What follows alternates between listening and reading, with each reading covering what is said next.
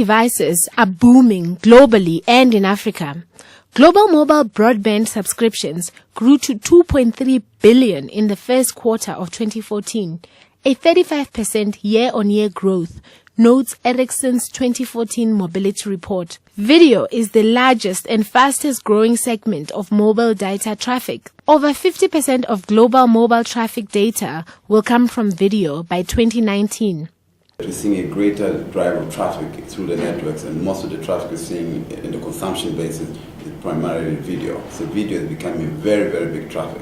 The most important part is that we're seeing a lot of Africans, on the continent, here and everywhere, developing local applications, local content. So most of the content we see consumed is really becoming local instead of waiting for content to come from overseas. So there's a change in Africa, which I think is very good for the continent, very good for the people, and also it's changing the economic activities because we're now selling our content not only locally, because today once you put your application online, it becomes global.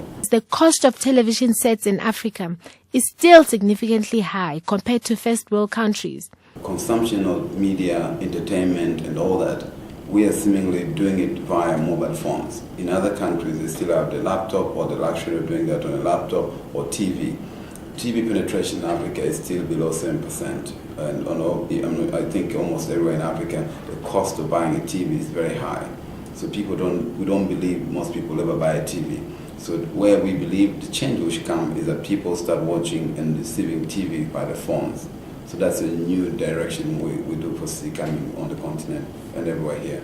Spectrum regulations in South Africa have, however, limited mobile growth in the country. It's very important that data is very sensitive to how much spectrum you have. And the quality of data, if you want to do sensitive activities like mobile banking, what you want to be sure is that you always be connected. You can't, a voice call when it drops, you can initiate and continue where you left off. With a kind of any activity that needs a lot of data connectivity, if you are doing banking, if you drop, you have to start from the beginning. So people don't want to do that all the time. And to provide that quality connectivity, you need a good spectrum. You can't have small spectrum available.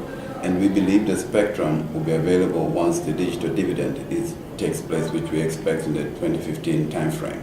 That's when more spectrum are below this 800 megahertz level will be available so that bigger and better networks can be built.